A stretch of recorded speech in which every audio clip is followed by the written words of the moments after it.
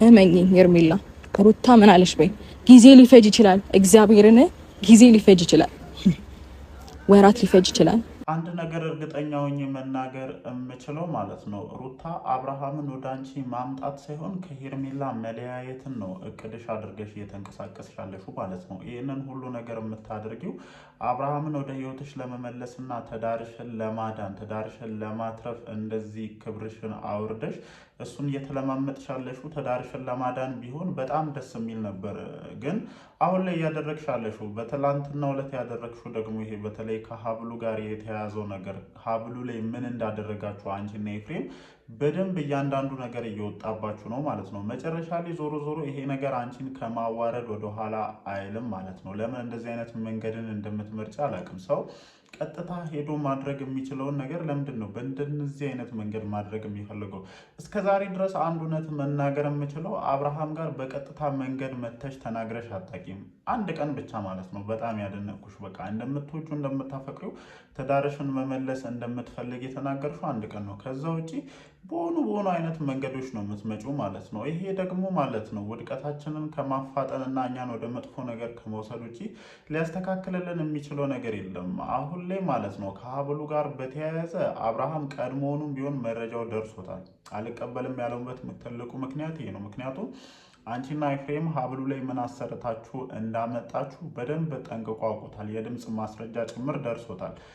ምናልባትም ማለት ነው የልጁ እናት መሆንሽን በደንብ ቲንክ ስለሚያደርግ ነው ብዙ ነገሮችን እዚህ ጋር ይፋ እያደረገብሽ ያልሆነው ማለት ነው። ወይም የምታደርጊያቸውን ነገሮች በሙሉ ሰጠሪው እየመጣ በትዕግስት አልፎ ለመሄድ እየሞከረ ያለው ለዛ ነው። እኔ አንድ ነገር እዚህ ጋር ልናገር የምችለው ነገር ምንድን ነው፣ እያንዳንዱ እነዚህን ሁለት ልጆች እለያያለሁ ብላችሁ የምታደርጓቸው ነገሮች በሙሉ እነዚህ ልጆች እንደ ብረት እያጠነከራቸው እየመጣ እንደሆነ ነው እየተረዱ ያሉት ማለት ነው። ሞር ፍቅራቸው እንዲጨምር ነው እያደረገ ያለው። ስለዚህ ይኸውልሽ አንድ አማራጭ አለሽ። በቃ አንድ አማራጭ አለሽ። ወደ ራስሽ ትኩረት ማድረግ ነው ያለብሽ።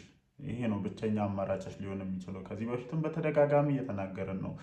ወደ ልጅሽና ወደ ራስሽ ትኩረትሽን አዙሪ። ከዛ ህይወትሽን ለመኖር ሞክሪ።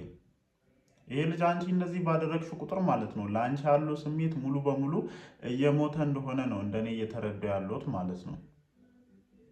እያንዳንዱ የምታደርጊያቸው ነገሮች የእነዚህ ልጆች ፍቅር እያጠነከረው እየመጣ እንደሆነ ነው እየተረዳ ያለው።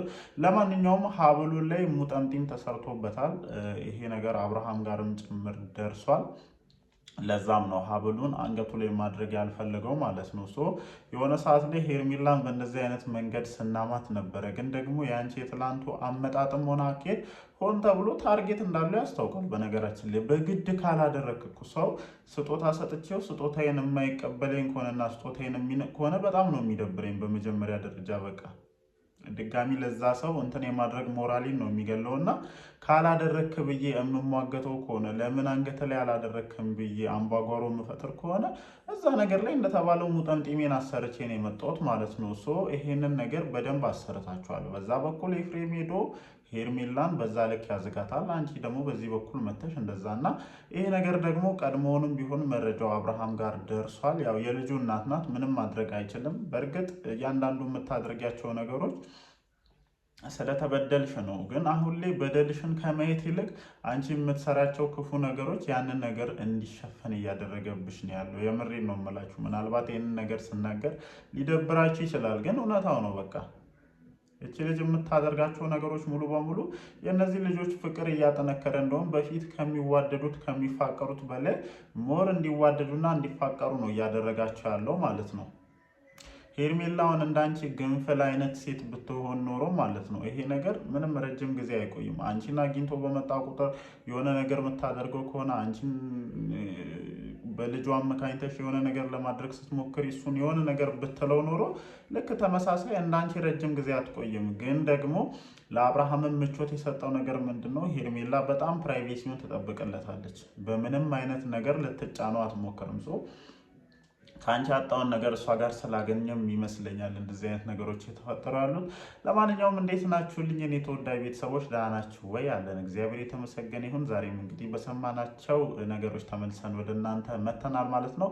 ትናንት በተለቀቀው ቪዲዮ ዙሪያም ሀሳባችንን ምሽት ላይ አልሰጠንም ነበር። ጠቅለል ያሉ ሀሳቦችን እናነሳለን ማለት ነው። ያው ብዙዎቻችሁ የሩታን አመጣጥ የተረዳችሁ ይመስለኛል ማለት ነው። ምክንያቱም ወደኋላ ቪዲዮችን ሄዶ መለስ ብሎ ማየት ነው። ሌላ ምንም አዲስ ነገር የለውም። በአንድ ወር ጊዜ ውስጥ አብርሃምን በእጄ አስገባለሁኝ ብላ እየዛተች ነበረ እና ትላንትና ሀብሉን በግድ አድርግ ስትይ ሀብሉ ላይ የሆነ ነገር እንዳለ በግልጽ ይናገር ነበረ። ሁኔታሽ ማለት ነው አለማድረጉ እንዴት ቅር እንዳሰኝሽ፣ ከዛም አልፎ ደግሞ ሀብሉን አንቺ ሊያደርግልሽ ሲል እንዴት እንደሆንሽ በደንብ ተረድተናል። እና ምንድን ነው ከዚህ ሀብል ጀርባ ያደረግሽው ነገር ምንድን ነው? ለምንስ ነው ሀብሉን በግድ ካላደረግክ ብለሽ አምባጓሮን የፈጠርሽው ማለት ነው? እያንዳንዱ የምታደርጊያቸው ነገሮች ክብርሽን እያሳጣሽ እንደሆነ ነው እንደኔ እየተረዳሁ ያለሁት ማለት ነው። ጠንካራዋ ሩታ፣ ጀግናዋ ሩታ የሚሉ ሰዎች ራሱ የአንቺን ጠንካራነትና ጀግንነት እያጡ እየመጡ እንደሆነ ነው ሞር እያሳየሽን ያለሽው ማለት ነው። እና ለምንድን ነው አይበቃሽም ወይ? ይሄ የምትሄጅበት መንገድ ለምን አይበቃሽም? ለምን አትተይም? ወደ ራስሽ ለምንድን ነው ትኩረትሽን የማታዞሪው? በቃ አለ አይደለ? ማንኛውም ሰው ይገናኛል፣ ይዋደዳል፣ ይለያያል አይደለ? የራስሽ ክፍተቶች እንዳሉብሽ ምናምን ነው እንደውም እንደኔ አሁን ላይ እየተረዱ ያለሁት ማለት ነው። ቀደምም ብየዋለሁ። አብርሃም ምን ቢያጣ ነው በዚህ ልክ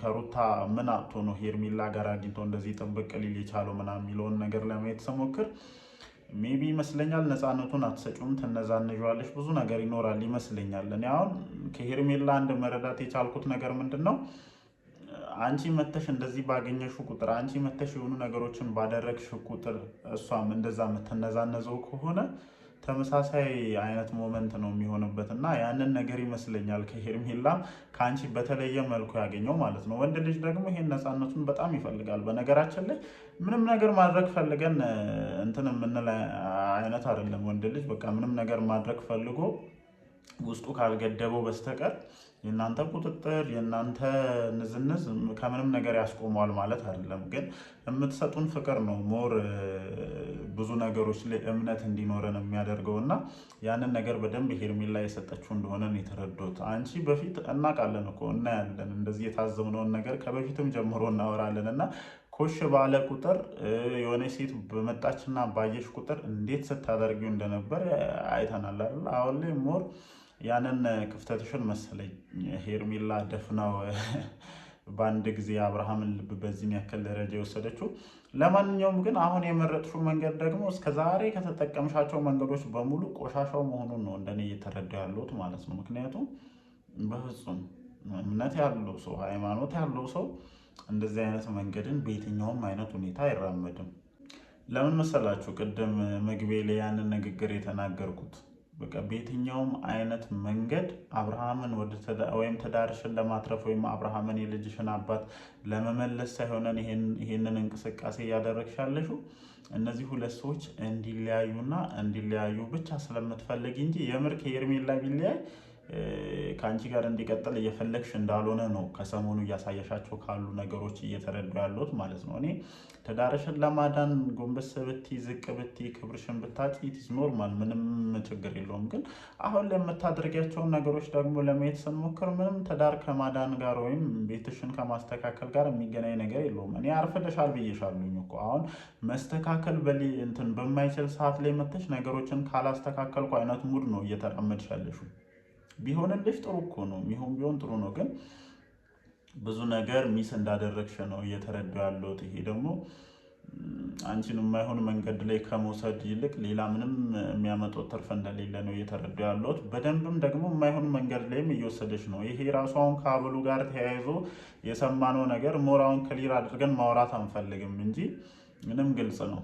እሱም ጋር ከድምፅ መረጃዎች ጀምሮ ብዙ ነገሮች ደርሰውታል እና ምናልባትም የልጁ እናት ስለሆንሽ አንቺን ፕሮቴክት ማድረግ ስላለበት በመካከላቸው ምንም ነገር ቢፈጠር ፕሮቴክት ማድረግ ስላለበትም ይመስለኛል በዝምታ ነገሮችን እያለፈ ያለው። ለማንኛውም እስኪ ምሽት ላይ ደግሞ የሚለቀቁ ቪዲዮዎችን አይተን እንደተለመደው ሀሳባችንን እንሰጣለን። እወዳችኋለሁ።